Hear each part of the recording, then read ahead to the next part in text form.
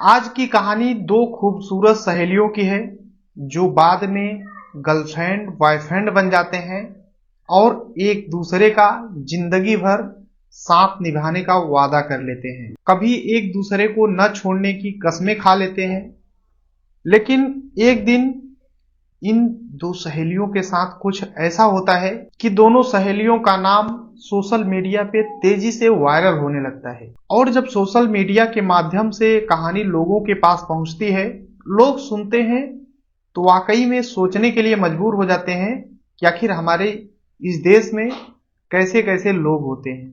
क्या है पूरी कहानी बताऊंगा, बस लास्ट तक बने रहो और देखते रहो। नमस्कार दोस्तों, मैं विजय शंकर पाल। इस वीडियो को लाइक करना, चैनल सब्सक्राइब करना। रोजाना शाम को 7 बजे हमारी एक नई वीडियो आती है, तो चैनल सब्सक्राइब करके बेल आइकन को जरूर दबा लेना। आज की जो सच्ची घटना है सुनाने जा रहा हूं, ये है तमिलनाडु राज्य की राजधानी चेन्नई लगती है। यहीं पर पेनमार एक जगह लगता है।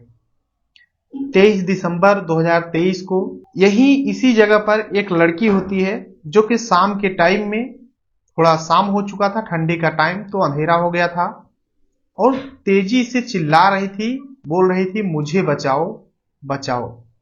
और जब उसकी आवाज गांव के लोग सुनते हैं तो दौड़ते हुए उसकी तरफ जाते हैं। और जब लोग जाते हैं, देखते हैं, तो वाकई में उनके पैरों तले जमीन खिसक जाती है। और उसी भीड़ में से किसी ने पुलिस के पास भी फोन कर दिया। मौके पर पुलिस भी आ जाती है। और जो वो लोग देखते हैं कि एक लड़की है जिसके हाथ कट चुके हैं और उसके गले में किसी वस्तु से प्रहार किया गया है, ऐसा लग रहा है। और वो लड़की किसी चैन से एक पेड़ में बंधी हुई है और उसके शरीर में आग लगी हुई है, यानी आग जल रही है। अब कुछ लोग उसे छोड़ते हैं, आग मतलब जो चैन से बंधी थी उसे छोड़ते हैं और एम्बुलेंस आ जाती है। उस लड़की को एम्बुलेंस में रखा जाता है और हॉस्पिटल के लिए रवाना हो जाते हैं। और जब उस लड़की को हॉस्पिटल ले जाया जा रहा था, तभी लड़की एक नाम लेती है, बोलती है वेत्री मरण ने मेरे साथ ये सब कांड किया है और उसका मोबाइल नंबर ये है, यानी मोबाइल नंबर वो बोलती है। पुलिस मोबाइल नंबर को लिख लेती है और पुलिस और कुछ पूछने का प्रयास कर रही थी, लेकिन लड़की बोल नहीं पा रही थी। और जैसे ही हॉस्पिटल में ले जाया जाता है, वो लड़की इस दुनिया को छोड़कर चली जाती है। अब पुलिस पता करने की कोशिश करने लगती है कि आखिर ये लड़की है कौन और इसके साथ क्या हुआ है। ये सब सवाल थे, लेकिन जवाब देने वाला कोई नहीं था। पुलिस अलग अलग एंगल से जांच पड़ताल शुरू कर देती है। उस लड़की को पोस्टमार्टम के लिए भेज देती है। पोस्टमार्टम का रिपोर्ट भी आता है, उसमें स्पष्ट समझ में आता है। अब पुलिस को था कि वो जो मोबाइल नंबर मिला है उसी से उस जो भी है वेत्री मरण, उसे गिरफ्तार करना है। पुलिस उसका लोकेशन ट्रेस करती है और पकड़ ही लेती है, बहुत जल्द पकड़ लेती है। वेत्री मरण जैसे ही पकड़ा जाता है, पुलिस उससे बस एक ही बात पूछती है कि आखिर तुमने इस लड़की के साथ ऐसा क्यों किया। और जैसे ही पूछताछ स्टार्ट होती है, वेत्री मरण एक कहानी सुनाता है और उस कहानी को जितने लोग सुनते हैं सभी सोचने लगते हैं। और वो बताता है कि कहानी की शुरुआत आज से कई साल पहले होती है। दो सहेलियां होती हैं जो कि बेहद खूबसूरत होती हैं। पहली जो सहेली होती है उसका नाम होता है पंदी मरुगेश्वरी और दूसरी का नाम होता है नंदिनी। दोनों सहेलियां थी जो कि एक साथ रहना, एक साथ उठना बैठना, एक साथ पढ़ाई करना, पढ़ने में बेहद तेज थी। सब कुछ सही तरीके से चलता रहता है। और दोनों जैसे ही इंटर पास करती है, ये दोनों सहेलियां बीएससी के लिए मदुरई में एक गर्ल्स कॉलेज है, वहां पे एडमिशन कराती हैं। दोनों पढ़ती हैं, पढ़ने में बेहद तेज होती हैं और वहां से बीएससी करती हैं। बीएससी के करने के बाद एमबीए में अपना एडमिशन कराती हैं। पढ़ाई लिखाई अच्छे से कर रही थी। दोनों एक साथ रहती थी, एक रूम लेकर के रहती थी, बाकायदे पढ़ाई करती थी। पढ़ने में मैंने शुरू में बताया कि बेहद तेज थी। एक दूसरे के बिना देखे लोग रह नहीं पा रहे थे, इतना गहरी दोस्ती थी। और दोनों को ऐसा लग रहा था कि एक दूसरे के बिना अपनी जिंदगी भी नहीं काट सकते हैं। और दोनों एक साथ रहती थी। तो तभी दोनों जो सहेलियां होती हैं कसम खाती हैं कि जिंदगी भर एक दूसरे को नहीं छोड़ेंगे, यानी हम लोग जिंदा रहेंगे अगर इस दुनिया में तो एक दूसरे के साथ, अगर इस दुनिया से जाएंगे तो एक दूसरे के साथ जाएंगे। और जब इस तरीके की कस्में खा लेते हैं तो दोनों एक प्लान बनाते हैं और सोचते हैं कि अगर एक साथ रहना है तो एक को मेल एक को फीमेल बनना पड़ेगा, तभी जिंदगी अच्छे से कट सकती है। तभी जो एक सहेली होती है जिसका नाम पंदी मरुगेश्वरी होता है, ये फैसला लेती है जो कि इसकी जिंदगी का बहुत ही कठिन फैसला था। ये बोलती है कि मैं अपना सेक्स चेंज करवाऊंगी और ट्रांसमैन बन जाऊंगी। और इसके लिए वो जब एमबीए में पढ़ाई कर रही थी तभी ये लड़की से लड़का बनने के लिए सोचती है मैं लड़का बन जाऊंगी तो मेरी ये जो सहेली है मेरी दुल्हन बन जाएगी। और तभी ये अपना चेंज भी कराती है और ट्रांसमैन बन जाती है, यानी लड़की से लड़का बन जाती है। सब कुछ लड़के की तरह, रहना उठना बैठना, दाढ़ी आना, हर एक चीज आपको फोटो बगल में हो सके दिख रहा होगा। और इस तरीके से लड़का हो जाता है। अब दोनों साथ में रहते हैं, एमबीए की पढ़ाई कंप्लीट करते हैं। अब जो पंदी मधुकेश्वरी थी ये वेत्री मरण बन चुका था, ये अपना नाम भी चेंज कर लेता है और वेत्री मरण इसका नाम हो गया था। इसकी उम्र 26 साल और जो एक नंदिनी थी उसकी उम्र 25 साल होती है। दोनों पढ़ाई जैसे ही कंप्लीट करते हैं चेन्नई में एक आईटी सेक्टर में एक कंपनी में काम करना शुरू कर देते हैं और अच्छा खासा वेतन मिलता है तो वहां पे काम करना शुरू कर देते हैं। तभी जो नंदनी होती है बोलती है कि चेन्नई में मेरे रिश्तेदार रहते हैं, वहीं पे मैं रूम ले लेती हूँ और वहीं पर रहूंगी। और वेत्री मरण से बोलती है कि ऐसा करो तुम एक रूम ले लो और वहां पर रहो और जब हम लोग शादी कर लेंगे तो दोनों साथ में रहेंगे। अब जो नंदिनी थी ये अपने रिश्तेदार के रूम पर रहती और वेत्री मरण एक रूम ले लेता है, वहां से ड्यूटी करने जाते, यानी दोनों एक ही कंपनी में काम करते थे तो वहां पे बाकायदे मिलते थे, बातचीत करते थे और काम भी किया करते थे। टाइम बीत रहा था, दोनों एक दूसरे से शादी करने की प्लानिंग कर रहे थे। तभी धीरे धीरे 8 महीने बीत जाते हैं तो वेत्री मरण जो होता है उसे ऐसा महसूस होता है कि जो नंदिनी है ये वेत्री मरण को इग्नोर कर रही है। यानी कभी कभी ये क्या करती, आती ड्यूटी और वेत्री मरण से बिना मिले डायरेक्ट अपने रूम पर चली जाती थी।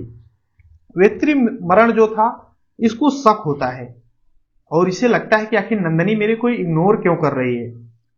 तभी वेत्री मरण 8 महीने बीत चुके थे ड्यूटी के और वेत्री मरण नंदिनी का पीछा करता है। एक दिन जब ड्यूटी से छूटती है नंदिनी तो उसके पीछे पीछे वेत्री मरण जाता है और देखता है कि नंदिनी एक कंपनी में ही उसी कंपनी में काम करने वाले एक व्यक्ति से मिलती है और उसके साथ एक होटल में जाती है, ऐसे होटल में जहां अक्सर गर्लफ्रेंड और बॉयफ्रेंड जाया करते हैं। ये सब देख करके वेत्री मरण को बहुत ही गुस्सा आता है। उसके बाद वो सोचता है कि हो सकता है कि ये एक दिन का काम है, लेकिन फिर से दूसरे दिन देखता है यही हाल, तीसरे दिन देखता है यही हाल, यानी अक्सर नंदिनी उस कंपनी में काम करने वाले व्यक्ति के करीब आ चुकी थी। ये सब देख करके वेत्री मरण को थोड़ा अच्छा नहीं लगता है। लेकिन एक दिन वेत्री मरण एक मार्केट में जाता है और वहां पे एक फूल खरीदता है और नंदिनी के पास जाता है, बोलता है, नंदिनी को प्रपोज करता है और बोलता है कि नंदिनी बिना तुम्हारे मैं नहीं रह पाऊंगा और चलो हम लोग शादी कर लेते हैं।